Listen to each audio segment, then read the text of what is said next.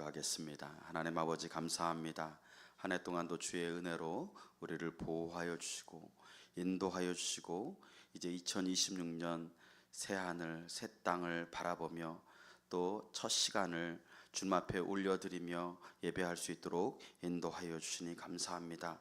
오늘 선포되어지는 이 말씀이 우리의 마음 가운데 무너졌던 예배의 단이 새로 세워질 수 있는 귀한 시간들이 될 수 있도록 인도하여 주시고, 그래서 우리의 예배가 회복되고 또 감격적인 예배를 통해 하나님 앞에 올려드릴 때 하나님의 손이 우리를 형통케 하시는 놀라운 은혜가 있을 수 있는 귀한 시간 될 수 있도록 인도하여 주옵소서. 감사드렸고 예수 그리스도의 이름으로 기도드렸습니다. 아멘.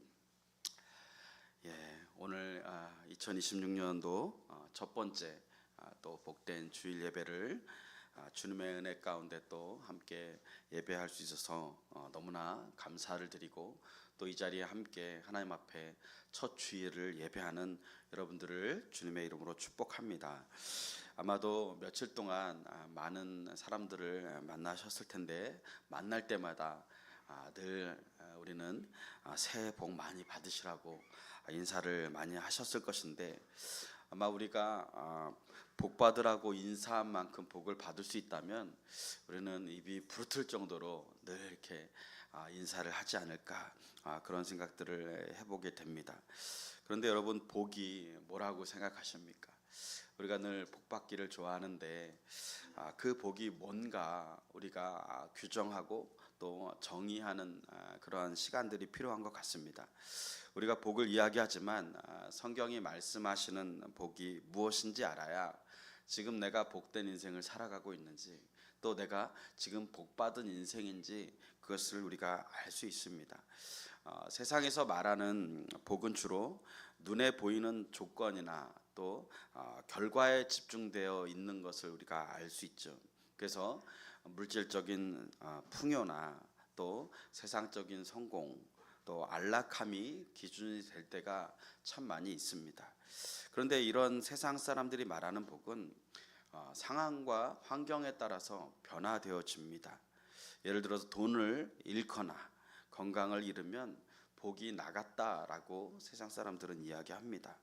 그리고 남보다 더 많이 가졌을 때는 복을 받았다라고 이야기를 하지만, 남보다 좀 덜 벌거나 좀 경제적인 어려움이 생기면 나는 복이 없는 사람이다 라고 이야기를 합니다. 그래서 복의 목적이 개인의 어떤 만족을 채우거나 또 그 복이 나를 향해야만 그것이 복으로 여겨질 때가 참 많이 있습니다. 그러니까 결과적으로 세상의 복은 결국 우리가 이 땅에서 죽으면 그 복 자체도 다 끝이 나는 유한한 가치를 가지고 있는 것이죠. 그렇다면 성경에서 말씀하는 복은 무엇일까? 성경에서 복을 히브리어로 바라크라고 부릅니다. 그것은 하나님과의 관계를 이야기합니다. 그러니까 하나님과의 관계가 깊어질수록 그 사람은 복되다라고 말씀하고 있다라는 사실입니다. 그래서 하나님이 복되신 이유가 무엇인가요? 하나님이 함께 하신다라는 사실은 환경에 의해서 변화되어지지 않기 때문에 그렇습니다. 고난이 오고 가난해도 몸이 힘들고 건강을 잃은 것 같아도 하나님이 우리와 함께 계시다라는 사실이 변함이 없기 때문에 우리는 복된 사람인 것입니다. 그래서 요셉이 감옥에 있었지만 성경은 하나님이 요셉과 함께 하셨으므로 형통했다라고 하면서 하나님이 그와 함께 계셨던 것이 그에게 가장 큰 복이었음을 우리에게 말씀해 주고 있습니다. 또한 참된 복은 남과 비교해서 얻어지는 기쁨이 아니다라는 것이죠. 창조주 하나님으로부터 그 복이 오는 것이고, 그 근원적인 평안을 누릴 수 있을 때 우리는 참된 복을 누리며 살아가는 것입니다. 하나님이 복의 근원이시기 때문에 하나님으로부터 복이 나온다라는 사실을 믿으며 살아가는 자가 복된 자인 줄로 믿습니다. 그리고 하나님께서 주시는 복은 나만 누리라고 하는 것이 아니고 반드시 타인에게 흘러가도록 하나님께서 복의 통로로 사용해 주고 계시다라는 것이죠. 그래서 아브라함이 복의 통로가 되어졌고, 그 아브라함을 통해서 그 민족이 하나님의 백성으로서 부름받는 놀라운 은혜를 갖게 되어진 것입니다. 무엇보다 이 땅에서의 삶을 넘어 영원한 생명과 하늘의 보화의 가치를 두고 살아가기 때문에 우리는 이 땅의 환경과 이 땅에서 내가 소유하고 있는 것으로 인하여서 실망하거나 낙심하거나 복이 없다라고 여기지 않는 것입니다. 왜냐하면 우리의 모든 부활은 하늘에 있기 때문에 그렇습니다. 그러므로 진정한 복이 무엇입니까? 하나님을 아는 것과 또 하나님의 뜻 안에 거하는 것인 줄로 믿습니다. 오늘 신년 감사 예배를 드리는 여러분의 삶 가운데 하나님을 아는 복이 넘쳐나기를 축복합니다. 여러분의 삶 가운데 하나님의 뜻 안에 거하는 임마누엘의 복이 영원토록 있기를 축원합니다. 그래서 올해 여러분의 삶과 가정과 일터와 또 우리 늘 푸른 교회 위에 하나님의 놀라운 은혜, 임마누엘의 은혜가 함께 하시기를 주님의 이름으로 축복합니다. 그래서 오늘 제가 여러분이 어떻게 하면 하나님의 넘치는 복을 누리며 살아갈 수 있을까? 그 비결을 한번 가르쳐 드리려고 합니다. 그것은 바로 예배입니다. 예배의 감격이 회복되어질 때 우리는 복의 사람이 되어지는 줄로 믿습니다. 하나님은 영과 진리로 예배하는 자를 찾는다라고 하셨고, 시편 기자를 통해서 수없이 하나님을 예배하는 자를 기뻐하심을 우리에게 말씀해 주고 계십니다. 그러니까 어떤 사람이 과연 복된 사람일까라고 생각을 해보면 예배드리고 싶어서 죽겠다고 하는 사람이 복된 사람입니다. 예배드릴 날만 손꼽아 기다리는 사람이 복된 사람인 것입니다. 예배가 왜 이렇게 많아? 예배가 왜 이렇게 빨리 와? 벌써 주일이야? 이런 사람들은 하나님 앞에 복된 사람이 아닌 거예요. 일주일에 한 번 예배하면서도 이런 말을 하는 사람들이 있습니다. 한 달에 한 번 예배 드리면서도 왜 이렇게 예배가 빨리 오냐고 불평하는 사람들도 있습니다. 과연 그 인생 가운데 하나님의 복이 있을까요? 그를 하나님의 복의 통로로 하나님이 사용해 주실 수 있을까요? 여러분 느끼셨는지 모르겠지만 저는 매년 신년 예배 말씀의 주제가 예배입니다. 기억 못하시죠? 3년 동안 똑같이 하고 있는데 아직 못하고 있는 것 같아요. 10번 더 할 생각입니다. 그래서 그렇다면 이렇게 하나님 앞에 예배 드리는 것을 첫 시간에 이렇게 강조를 하고 있는 것일까요? 그것은 예배가 바로 복의 통로이기 때문에 그렇습니다. 성경에서 하나님은 예배하는 자에게 복을 주십니다. 그래서 제가 늘 강조하듯이 예배의 성공자가 인생의 성공자입니다. 예배는 믿는 자의 정체성입니다. 그렇기 때문에 예배하지 않는데 성도일 수 없습니다. 하나님이 우리를 예배받기 위해 창조하셨기 때문이고, 세상에서 우리를 부르신 것도 하나님을 예배케 하기 위해서 우리를 부르셨습니다. 그리고 우리에게 직장을 주시고 가정을 주시고 또 우리의 삶을 허락하여 주신 단 한 가지의 목적도 그 모든 것들을 통하여서 하나님을 예배하기 위해서, 예배를 통해 하나님 앞에 영광되어지기 위해서 우리에게 허락해 주신 줄로 믿습니다. 요즘 금요일마다 출애굽기를 강의하고 있는데요, 하나님이 세상을 대표하는 애굽이라는 나라에서 종노릇하고 있는 430년을 살고 있는 이 이스라엘 백성들을 불러주셨습니다. 그리고 모세를 준비시켜서 출애굽을 시키시지 않습니까? 그런데 하나님이 이 백성을 왜 출애굽을 시키십니까? 그것은 우리가 말씀을 통해서 알 수 있듯이 이 백성으로 하여금 나에게 절기를 지키라고, 나에게 예배하라고 보내라라고 바로에게 이야기하고 있다라는 사실입니다. 그러니까 하나님이 우리를 하나님의 백성으로 불러주셨고 세상에서 출애굽시키셔서 우리로 하여금 하나님의 자녀로 살아가게 하시는 단 한 가지 이유는 하나님을 예배하는 것입니다.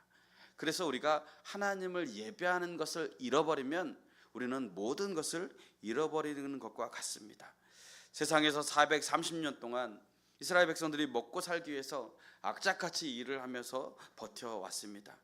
그러나 그들이 그렇게 열심히 일하고 노력하고 수고하고 땀 흘렸지만 그들의 삶 가운데 빠진 것이 무엇이었을까요?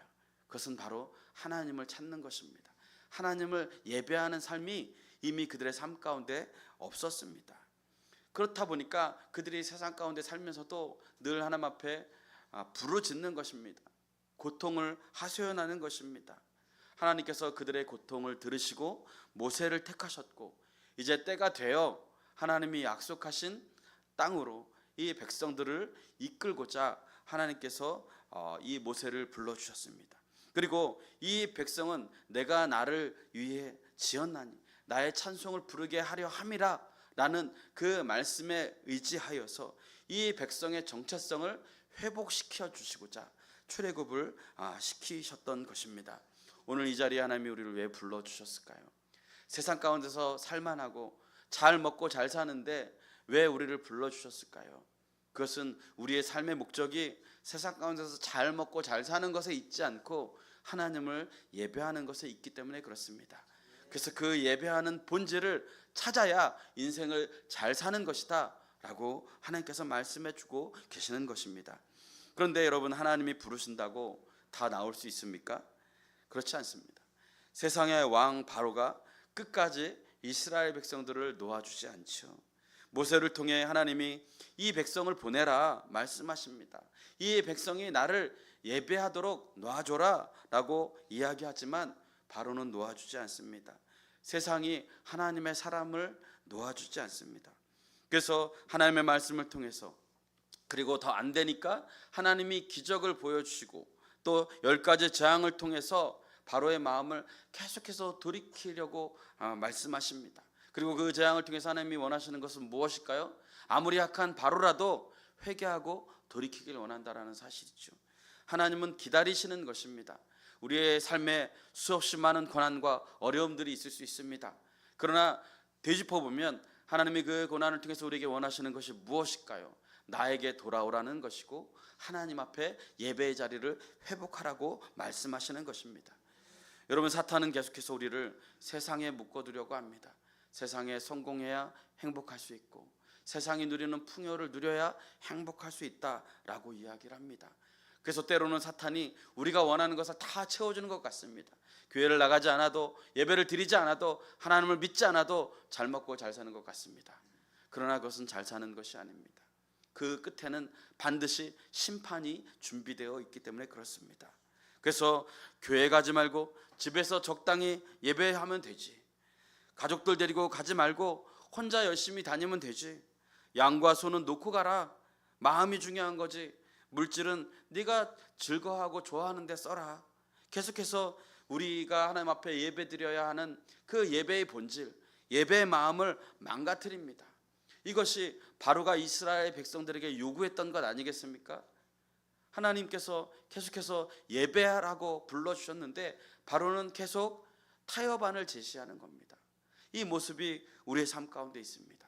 세상을 통해서 계속 우리를 미혹하고 유혹합니다. 하나님을 예배하지 않을 만한 근거들을 자꾸 만들어 갑니다. 그래서 우리로 하여금 하나님으로부터 멀어지게 하고, 우리의 몸이 예배의 자리에서 멀어지면 하나님과의 관계가 가까워질 수 없습니다. 여러분, 몸이 멀어지면 마음이 멀어지는 것 아니겠습니까? 우리의 몸이 있는 곳에 결국 우리의 마음이 정착하게 되어 있습니다. 그러므로 우리는 계속해서 예배의 마음을 변질시키고 망가뜨리려고 하는 그 사단의 공격들로부터 우리 스스로를 지켜나갈 수 있도록 하나님께서 우리를 부르시는 그 부르심에 응답하며 살아가야 하는 것입니다. 세상으로부터 떠나야, 출애굽을 해야 예배할 수 있는 것입니다. 그래서 정신 못 차리면 여러분, 내가 제대로 예배 드리고 있다라고 착각합니다. 여러분, 일주일에 한 번 예배 드려서 여러분의 믿음이 지켜집니까? 그렇지 않습니다. 절대로 그렇지 않습니다. 여러분, 일주일에 학교 하루 간다 그래서 여러분 공부 잘할 수 있습니까? 일주일 내내 가도 공부 못합니다. 그죠? 마음을, 그 중심을 그곳에 두지 않으면 그 모습이 흐트러질 수밖에 없는 것입니다. 절대로 내 귀에 좋고 내 몸이 편한 예배는 좋은 예배가 될 수 없습니다. 내 의지, 내 생각, 내 마음을 우리는 꺾고 하나님이 기뻐하시는 산 제사로 나아가야 되는 것입니다. 왜 제사가 희생입니까? 그것은 내 의지를 꺾어야 되기 때문에, 내 마음을 바꾸어야 되기 때문에 내 감정을 때로는 내려놔야 되기 때문에 희생인 것입니다. 내가 편한 예배, 그것은 예배일 수 없습니다. 예수님을 만나야 합니다. 그리고 우리는 그러한 마음 가운데 예수님이 걸어가셨던 그 길을 걸어가야 하는 것입니다. 그래서 우리는 보혈의 능력을 경험해야 합니다. 예배는 내 의지로 내 생각으로 되어지지 않습니다. 나를 구원하신 은혜가 믿어져야 합니다. 이 말을 다른 말로 예배의 감격이 회복되어져야 하는 것입니다. 예수님을 만난 자들, 예배의 감격을 경험한 자들은 반드시 변합니다. 예수 믿는 자들을 잡으러 가던 사울이 다메섹 도상에서 예수님을 만났을 때 그는 핍박자에서 복음 전도자로 바뀌게 되어집니다. 평생 그를 괴롭히는 질병도 가지고 있었지만 수없이 죽을 위기와 핍박 가운데서도 그는 그 모든 것보다 하나님의 사명을 앞세우며 살아가는 복된 인생이 되어졌습니다. 오늘 남유다의 선한 왕, 그 왕을 통해서 우리는 함께 예배자의 삶이 무엇인지 살펴보려고 합니다. 남유다의 선한 왕들이 여럿 있습니다. 특별히 하나님이 인정하시는 왕이 3명 있는데 누가 있는지 아세요? 네, 여호사밧과 히스기야와 요시야라는 왕이 하나님 앞에 인정을 받는 왕이었습니다. 오늘 본문에 등장하는 이 여호사밧 왕도 하나님 앞에 인정받는 왕이었습니다. 그 왕을 대표하는 단어가 뭐냐면 예배하는 왕이었다라는 것이에요. 그는 유다의 4번째 왕인데 하나님이 보시기에 매우 정직했다라고 성경은 기록하고 있습니다. 그래서 성경은 여호사밧을 다윗의 길로 행하며 바알을 찾지 않았다라고 평가하고 있습니다. 그러니까 하나님을 사랑하는 것에 방해가 되는 것을 멀리했던 왕이 바로 여호사밧 왕입니다. 그것을 다른 말로 우상을 섬기지 않는 것입니다. 하나님보다 더 사랑하는 것 때문에 하나님으로부터 멀어진다면 그것은 우상 숭배입니다. 성경에서 예배하는 왕들의 특징이 무엇인 줄 아십니까? 정직했다라는 것입니다. 정직했다라는 게 뭐예요? 남 속이지 않는 것입니다. 그런데 이 말은 우리가 성경에서 다시 보아야 합니다. 이 말은 사람이 볼 때나 사람이 보지 않을 때나 동일하게 하나님 앞에 믿음을 지켜나가는 것을 정직하다라고 하는 것이에요. 여러분, 여기에 앉아있다라고 다 정직한 것이 아닙니다. 교회에 있든지 집에 있든지 직장에 있든지 내가 물질이 있든지 물질이 부족하든지 내 사업이 잘 되든지 사업이 잘 되지 않든지 또 건강하든지 아프든지 변함없이 하나님 앞에서 믿음을 지켜나가는 자, 그것이 바로 하나님 앞에 정직한 자입니다. 특별히 오늘 여호사밧 왕이 예배의 성공자로 어떻게 쓰임받았는지에 대해서 기록하고 있습니다. 오늘날 모압과 암몬 연합군이 유다를 쳐들어왔습니다. 당시 유다라는 나라는 그렇게 국방력이 강한 나라가 아니었습니다. 그렇기 때문에 당연히 그 연합군이 쳐들어왔다라는 소식에 두려운 마음을 가질 수밖에 없었습니다. 여호사밧 왕도 두려웠습니다. 그러나 그는 곧바로 그 전쟁 앞에 하나님 앞에 그리고 사람들 앞에 금식을 선포합니다. 그리고 백성들을 모읍니다. 왜 모을까요?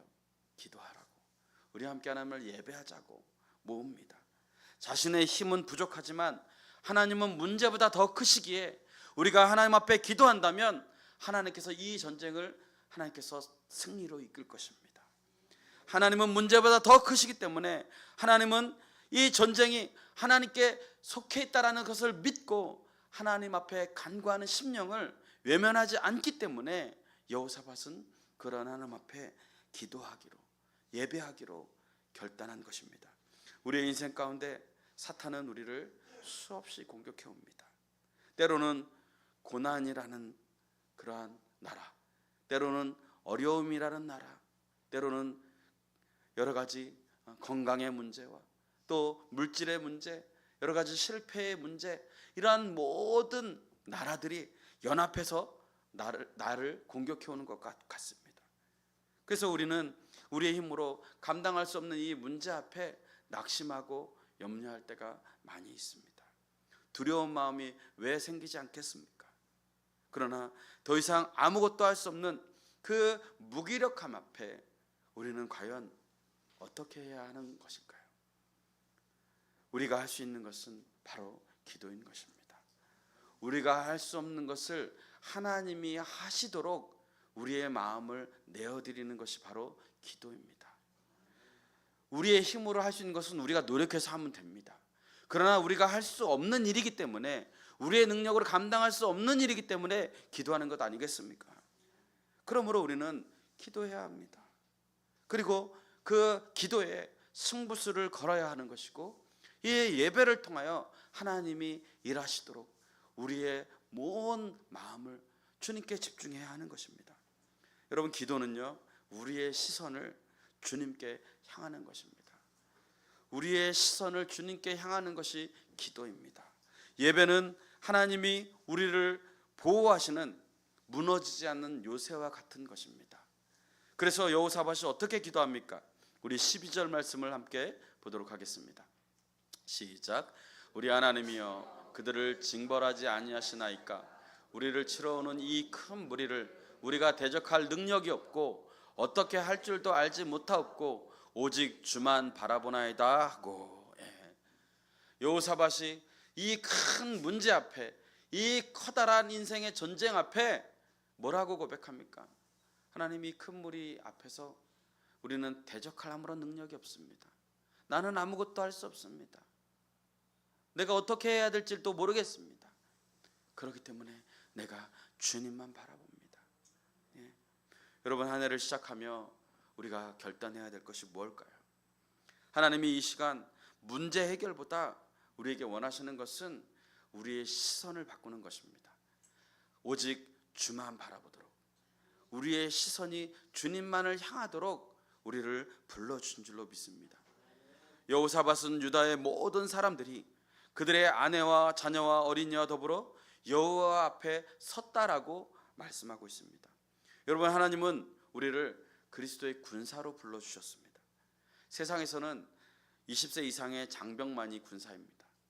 그러나 하나님은 하나님을 신뢰하고 하나님을 믿고 하나님을 예배하고자 하는 자들을 그리스도의 군사로 불러주신 줄로 믿습니다. 그래서 예배에 남녀노소가 없듯이 그리스도의 군사는 남녀노소가 없습니다. 하나님을 예배하는 자를 하나님은 군사로 불러주셨고, 또 우리를 통하여 세상을 이길 힘을 하나님께서 허락해 주시는 줄로 믿습니다. 오늘 우리를 부른 교회의 목표는 하나님의 손으로 형통한 교회입니다. 어떻게 하나님의 손에 형통한 교회가 될 수 있을까요? 어떻게 하나님의 손으로 형통한 가정이 될 수 있을까요?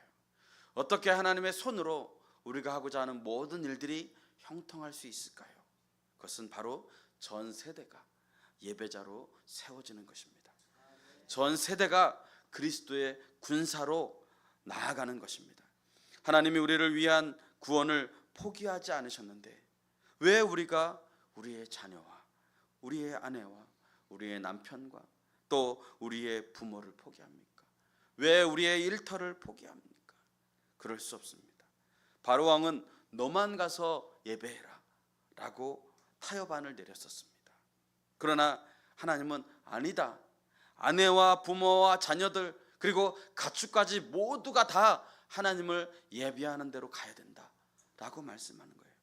여러분, 예배는 포기할 수 없는 우리의 정체성입니다.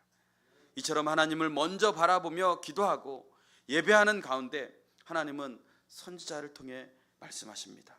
우리 15절 말씀을 함께 읽겠습니다. 시작. 야시엘이 이르되 온 유다와 예루살렘 주민과 여호사밧 왕이여 들을지어다. 여호와께서 이같이 너희에게 말씀하시기를 너희는 이 큰 무리로 말미암아 두려워하거나 놀라지 말라. 이 전쟁은 너희에게 속한 것이 아니요 하나님께 속한 것이니라. 아멘. 이 전쟁은 너희에게 속한 것이 아니다. 착각하지 말아라. 너희가 이 전쟁을 이길 수 없다. 이 전쟁은 하나님이 하시는 전쟁이다. 하나님께 속했다. 이것을 믿어야 이길 수 있습니다. 하나님이 새해를 믿음으로 시작하는 우리에게 말씀하십니다. 늘 푸른 교회 성도들이여 들을지어다. 너희가 이 큰 물질의 문제, 건강의 문제, 자녀의 문제, 사업의 문제 때문에 두려워하지 말아라. 놀라지 말아라. 이 전쟁은 너희 손에, 너희에게 속한 것이 아니라 이 전쟁은 나에게 속한 것이다. 그것을 믿는 믿음으로 한 해를 시작하기를 주님의 이름으로 축복합니다. 그렇다면 우리가 해야 할 일은 무엇입니까? 우리 18절 말씀을 함께 읽겠습니다. 시작. 여호사밧이 몸을 굽혀 얼굴을 땅에 대니 온 유다와 예루살렘 주민들도 여호와 앞에 엎드려 여호와께 경배하고. 뭘 해야 합니까? 우리가 해야 될 것은 뭘까요? 경배입니다. 경배, 예배입니다. 하나님이 복의 근원이 되신다라는 믿음이 있는 자는 절대로 예배를 포기할 수 없습니다. 하나님이 말씀하실 때 우리는 두려워하는 것이 아니고 예배의 자리로 나아가야 된다는 사실입니다. 그 후에 여호사밧이 어떻게 합니까? 군대 앞에 찬양대를 세웁니다. 그리고 무기 대신 악기를 들리고 찬양이 앞서 나가게 합니다. 아직 전쟁을 치른 것이 아닙니다. 전쟁이 끝나서 축하하는 그런 모습으로 잔치를 벌이고 찬양하는 것이 아닙니다. 아직 삶의 문제가 해결되지 않았습니다.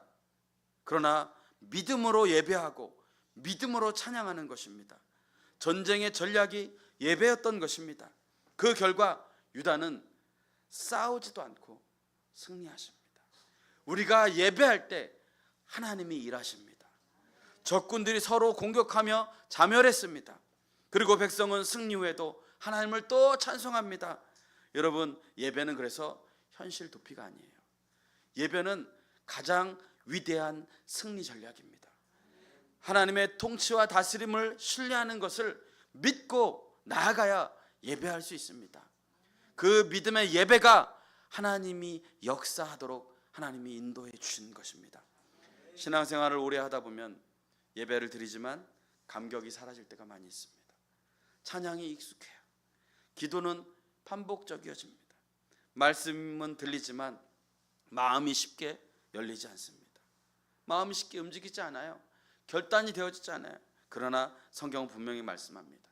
예배의 감격이 회복될 때 삶의 문제도 또 삶의 방향도 다시 열리게 된다라는 사실입니다. 오늘 본문에서 유다 왕 여호사밧은 국가적인 위기 앞에 섰습니다. 모압과 암몬 그리고 마온 사람들이 연합해서 쳐들어옵니다. 유다는 도망칠 수도 싸워 이길 수도 없는 그런 현실적인 문제 앞에 놓여 있습니다. 그때 여호사밧이 선택한 길은 군사적인 대응이나 어떤 자신의 능력으로 이 전쟁을 치르는 것이 아니라 예배의 자리로 나아가는 것입니다. 예배의 감격이 회복되려면 그래서 우리는 먼저 예배의 자리로 나아가야 됩니다. 예배도 안 드리는데 무슨 예배의 감격이 있습니까? 여호사밧은 온 백성과 함께 금식을 선포하고 하나님을 찾았습니다. 다 모여라. 다 모여라. 왜요? 예배하기 위해서 모여라. 문제를 바라보지 않고 주님을 바라볼 때 우리는 하나님을 예배할 수 있습니다. 문제를 바라보면 문제에 빠지는 것입니다. 여러분, 마태복음 14장에서 풍랑으로 혼비백산 가운데 있는 제자들이 막 놀라서 정말 어떻게 할 바를 알지 못합니다. 그때 저 멀찍이서 바다 위로 예수님이 걸어오십니다. 처음에는 유령인 줄 알고 제자들이 더 두려워합니다. 그런데 곧 예수님이심을 알고 베드로가 주님이시라면 나로 하여금 걷게 해달라고 그렇게 간구합니다. 저로 명령하여 무리를 걷게 해주십시오 예수님, 간구합니다. 그러자 주님이 허락하시죠. 그런데 이 베드로가 무리를 걷다 보니까 예수님을 바라봐야 되는데 그 시선이 잠시 멈칫 바람을 바라보고 풍랑을 바라보게 됩니다. 그래서 얼마 못 가서 빠지게 돼요. 우리 마태복음 14장 30절 말씀을 한번 보겠습니다. 시작. 바람을 보고 무서 빠져가는지라 소리질러 이르되 주여 나를 구원하소서 하니. 왜 빠졌습니까? 주님을 바라봐야 되는데 뭘 봤어요? 바람을 봤어요. 바람을 보니까 무서워졌습니다. 여러분, 우리가 믿음을 지키며 살아갈 때는 두렵지 않습니다. 예수님을 잘 믿을 때는 두렵잖아요. 그런데 그 시선을 예수님으로부터 문제를 바라보고 세상을 바라보게 될 때 두려운 마음이 생겨요. 정말 이렇게 해서 될까? 이렇게 해서 내 문제가 해결될까? 그러다 보면 그 문제에 빠지게 되고 사단의 울매에 걸리게 됩니다. 주님을 바라봐야 할 때 현실을 바라보고 세상을 바라보면 우리는 그 세상에 빠지고 그 문제에 빠질 수밖에 없습니다. 하나님 우리에게 예배자로 살라는 것은 우리의 시선을 바꿔야 된다는 거예요. 너희 앞에 문제를 보지 말고 주만 바라보고 걸으라는 것입니다. 예수님이 베드로의 손을 잡아 구원해 주시면서 말씀하십니다. 믿음이 작은 자여 왜 의심하였느냐. 여러분 기도하십니까? 여러분 예배하십니까? 여러분 주님만 바라보십니까? 어떤 자가 믿음이 작은 자일까요? 그것은 주님을 바라봐야 할 때 현실을 바라보는 자가 믿음이 작다라고 지금 주님이 말씀하고 계시는 거예요. 왜 바람을 바라보느냐? 왜 너의 문제에 집중하느냐? 나만 바라봐라. 나를 보고 걸어와라 라고 이야기를 하는 거예요. 좋은 목자를 따르는 양들만 구원을 얻는 것입니다. 사망의 음침한 골짜기가 너무나 많이 있죠. 벼랑 끝을 걸어가는 어둠 속에서 두려워하지 않을 수 있는 유일한 길은 나의 목자가 선한 분이심을 믿고 그 목자의 음성을 듣고 그 목자를 따라가는 것입니다. 그래야 죽지 않은 거예요. 아마 양 중에서도 그 목자의 음성을 듣지 않고 제멋대로 세상을 바라보다가 떨어져 죽는 양들이 얼마나 많이 있겠습니까? 주님을 믿는다고 기도한다고 하면서 의심하는 자가 믿음이 작은 자입니다. 올 한 해 주님의 복을 여러분 기대하십니까? 여러분의 시선을 주님만 바라보시길 축복합니다. 기도한 것을 이루실 줄로 믿고 살아가시길 바랍니다. 믿음의 눈을 뜨시길 바랍니다. 여호사밧의 기도는 솔직했습니다. 우리는 이 큰 무리를 대적할 능력도 없고 어떻게 할 줄도 모르고 오직 주만 바라봅니다. 이 고백이 바로 예배의 본질이고 예배의 시작입니다. 예배는 능력이 있을 때 드리는 행위가 아닙니다. 예배는 삶이 여유로워졌다고 드리는 것도 아닙니다. 예배는 아무 문제가 없을 때 태평하게 드릴 수 있는 것이 아닙니다. 예배의 시작은 내게 능력이 없음을 믿고 인정하고 오직 하나님만이 이것을 하실 수 있다라고 믿는 믿음으로 하나님을 바라보는 신앙에서 시작되어지는 줄로 믿습니다. 그래야 할 때 하나님은 그 예배 가운데 분명한 비전을 주셨습니다. 이 전쟁은 너희에게 속한 것이 아니라 하나님께 속했다. 예배하는 공동체에게 주어지는 비전은 하나님께 속한 자가 되었다. 염려하지 말라, 근심하지 말라, 주만 바라보라 라고 말씀하고 계시는 것입니다. 우리의 싸움이지만 우리가 싸우는 삶이 아니라 하나님이 싸우시는 삶으로 우리를 초청하고 계시는 것입니다. 그렇다면 문제는 이 예배의 감격을 회복하기 위해 우리는 어떻게 해야 합니까? 오늘 말씀을 통해 하나님이 회복하기를 원하시는 예배의 본질이 뭘까요? 첫째는 하나님 중심의 믿음이 회복되어져야 합니다. 여호사밧은 문제를 나열하기보다 먼저 하나님의 주권과 능력을 고백했습니다. 예배의 감격은 하나님을 깊이 바라볼수록 회복되어지는 것입니다. 우리 시편 46편 10절 말씀 보겠습니다. 시작. 이르시기를 너희는 가만히 있어 내가 하나님됨을 알지어다. 이 말씀처럼 예배는 하나님이 누구신지를 다시 보는 시간입니다. 새해를 시작하면서 우리는 수많은 계획을 세웠습니다. 어쩌면 그 계획들은 내가 나중에 문제가 생겼을 때 그것을 극복하려고 만들어 놓은 안전장치와 같이 만든 그런 모습들일 수도 있습니다. 물론 우리가 준비하고 대비하는 것이 중요합니다.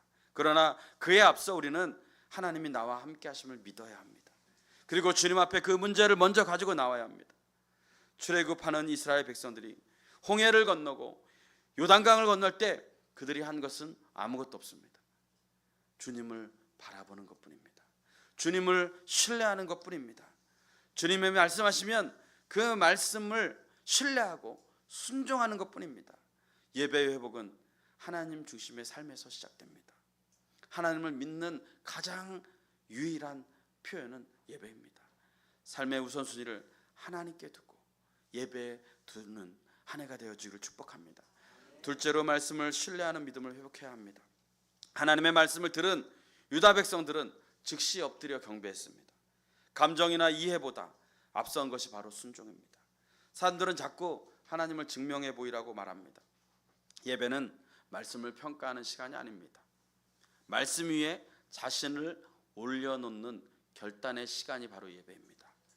믿음은 들음에서 나며 그 들음은 곧 삶의 태도로 이어지게 되어 있습니다. 여러분, 오늘 예배에 나오셨는데 어떤 마음으로 나오셨습니까? 목사가 재밌게 설교하고 내 마음에 맞는 이야기를 해주기를 원하는 마음으로 나오셨습니까? 아니면 사람들 때문에 어쩔 수 없이 끌려 나오셨습니까? 말씀을 사모하지 않으면 믿어지지 않습니다. 내게 주시는 말씀으로 받지 않으면 바뀌지 않는 것입니다. 예배 드리는데 이유가 많고 핑계가 많지는 않습니까? 예배의 목숨을 걸어보십시오. 기적의 주인공이 되는 것입니다. 예배는 철저히 하나님과 나와의 관계입니다. 누구 때문에 예배 드리는 것이 아닙니다. 여러분이 지금 믿는 모습을 보면 출애굽한 그러한 사람들이 맞는지, 아직 노예 근성으로 살아가고 있지는 않은지, 그리고 조금 힘들면 다시 애굽으로 돌아가고 싶어하는 그런 세상의 가치관에 묶여서 갈등하고 있는 존재가 아닌지 우리 스스로를 돌아봐야 합니다. 그들이 노예에서 빠져나올 수 있는 단 한 가지는 바로 하나님 말씀에 대한 믿음이었고 하나님의 말씀에 대한 순종이었습니다. 그 믿음의 시작은 하나님의 말씀에서부터 시작된다라는 것입니다. 여러분, 예수님의 보혈 아래로 들어오시길 바랍니다. 답답한 신앙생활에서 출애굽하시길 바랍니다. 한번 하나님의 말씀에 생명을 걸어보시길 바랍니다. 하나님이 책임지시는 인생, 그 인생의말로 복된 인생인 줄로 믿습니다. 세 번째로 찬양으로 나아가는 믿음을 회복해야 합니다. 찬양은 예배의 가장 중요한 요소입니다. 하나님을 높여드리는 것입니다. 어떻게 하나님을 높여드릴 수 있습니까? 하나님이 살아계시다라는 것을 믿어야 높여드릴 수 있습니다. 믿음이 없는데 그래서 찬양할 수 없습니다. 한 주 동안 여러분 입술에 찬양이 있었습니까? 교회에서는 은혜로운데 교회를 나가면 불평의 노래, 원망의 노래가 여러분의 입술을 채우고 있지는 않습니까? 하나님이 내 귀에 들린 대로 시행하리라 말씀하고 계신데 우리는 여전히 하나님의 말씀보다 세상의 유행가에 더 마음을 쏟고 살아갑니다. 헤어지는 노래, 또 절망하는 노래, 죽음의 노래, 이러한 슬픈 노래만 우리의 입술로 부르고 살아간다면 그 부르는 노래대로 그 인생은 절망과 염려와 낙심 가운데 살아갈 수밖에 없습니다. 여호사밧은 전쟁이 끝난 뒤가 아니라 전쟁 한가운데서 지금 당장 죽을 수밖에 없는 현실 앞에서 찬양단을 앞세워서 하나님의 이름을 높입니다. 그리고 그 노래와 찬송이 시작될 때에 여호와께서 일하셨다라고 말씀해 주고 계십니다. 여러분, 하나님의 역사는 이 자리 예배에서 시작되어지지만 하나님의 일은요, 우리의 삶의 현장에서 하나님을 찬양할 때, 하나님을 예배할 때 시작되어지는 줄로 믿습니다. 찬양은 감정이 좋아서 드리는 반응이 아니라 아직 보이지 않아도 하나님을 신뢰하겠다라는 믿음에서 시작되어지는 선언입니다. 내 입술의 찬양대로 하나님이 일하실 것을 믿습니다. 찬양대로 되고 예배대로 되는 인생이 되어지기를 축원합니다. 오늘 우리의 문제는 고난과 위기의 크기가 문제가 될 수 없습니다. 문제는 위기 앞에서 여전히 내가 싸우려고 하는지 아니면 하나님을 신뢰함으로 다시 예배의 자리로 나아가려고 하는지가 문제인 것입니다. 예배의 감격이 회복될 때 두려움이 물러가게 될 줄로 믿습니다. 하나님이 앞서 행하실 줄로 믿습니다. 예배는 문제를 없애는 시간이 아니라 문제를 하나님께 맡겨드리는 시간입니다. 예배가 회복되면 길이 열리고 예배가 살아나면 하나님이 싸우실 줄로 믿습니다. 그러므로 오늘 한 해 주님, 오늘도 우리는 싸우는 자가 아니라 예배하는 자가 되어지길 원합니다. 이 믿음의 고백을 통하여 하나님의 선한 손이 여러분을 형통케 하는 한 해가 되어지기를 주님의 이름으로 축복합니다. 기도하겠습니다. 하나님 아버지, 감사합니다. 오늘 우리의 삶 가운데 무너져 있던 예배의 감격이 회복되어지기를 소망합니다. 하나님, 우리의 인생 가운데 예배의 승부수를 통하여서 하나님이 우리의 인생의 전쟁에서 승리케 하실 수 있는 분임을 믿으며 나아가는 우리 모두가 다 될 수 있도록 인도하여 주옵소서. 더 이상 우리의 시선이 세상의 문제와 세상의 어려움 가운데 빠지는 것이 아니라 우리의 시선을 하나님께 둠으로 말미암아 주님과 동행하는 삶을 살아가는 우리 모두가 다 될 수 있도록 주님 역사하여 주옵소서. 감사드렸고 예수 그리스도의 이름으로 기도드렸습니다. 아멘.